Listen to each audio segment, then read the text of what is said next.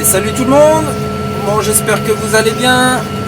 Aujourd'hui pour moi ce sera donc épandage d'engrais donc sur mes blés. Donc Flo vous a fait une petite vidéo explicative un petit peu comment ça se passait dans les champs et puis au niveau du remplissage et tout au niveau des coopératives. Donc moi je vais juste compléter un petit peu la vidéo pour vous expliquer que on se lève pas le matin en se disant allez hop on va balancer 200 ou 300 kilos d'engrais comme ça au pif. Donc là je suis parti donc remplir mon semoir, donc je vais pas refilmer. Flo vous a montré. Donc là dès que je retourne à la ferme, et ben je vous explique un petit peu tout ça. Allez, à tout de suite. Donc voilà, j'ai rempli mon semoir, je suis reparti sur la route du retour. Donc juste pour vous préciser une chose, Florian vous a parlé l'autre jour sur sa vidéo d'unités d'azote. Alors qu'est-ce que les unités d'azote? C'est pas compliqué. C'est le pourcentage d'azote que l'on trouve dans 100 kg d'engrais. Donc simplement, Florian lui, la semaine dernière, utilisait de l'urée 46. Donc ce qui veut dire, c'est que dans 100 kg d'urée 46, il y a 46% d'azote. Donc 46 unités. Moi j'utilise de l'ammonitrate 33,5. Donc tout simplement, dans 100 kg d'ammonitrate, on trouve 33,5 unités d'azote. Et donc après, c'est comme ça qu'on calcule nos apports. Allez, on va continuer. Retour à la ferme. À tout de suite. Donc me voici arrivé donc sur ma parcelle de blé. Donc avant de calculer la quantité à apporter, il faut déjà se fixer un objectif de rendement. Donc l'objectif de rendement, on prend, c'est une moyenne, on met pas ce qu'on veut. Hein. C'est une moyenne qui est faite donc sur les résultats des 5 dernières années donc de récolte en blé. Donc on prend, on enlève la plus mauvaise, on enlève la meilleure et on fait la moyenne des autres récoltes, ce qui nous donne une moyenne olympique. Et c'est comme ça qu'on fixe l'objectif de rendement.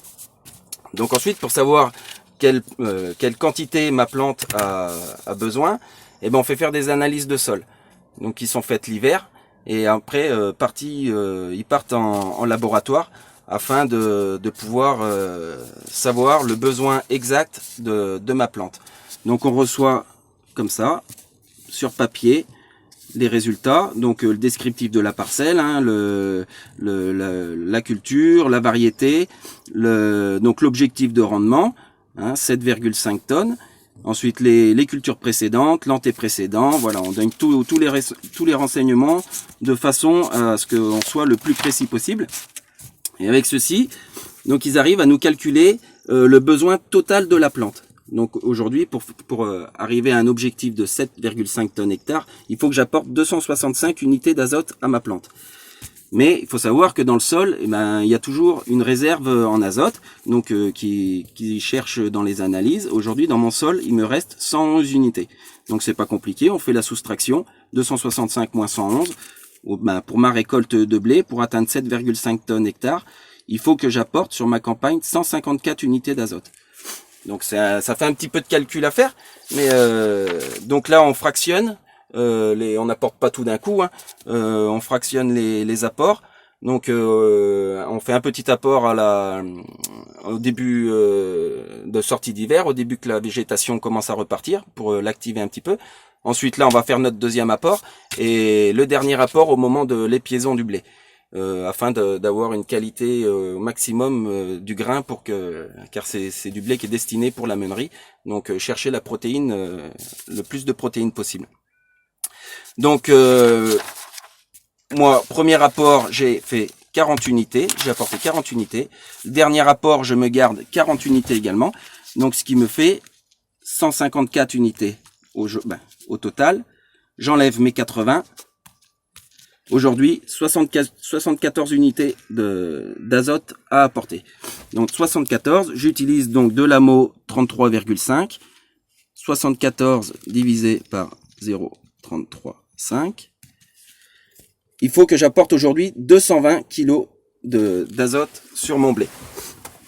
Alors, moi je suis équipé donc d'un semoir avec un système de pesée. Donc là c'est simple. Aujourd'hui là il est réglé sur 200 kg hectare.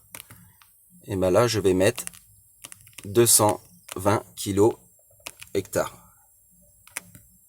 Voilà. Là j'ai 220 kg hectare.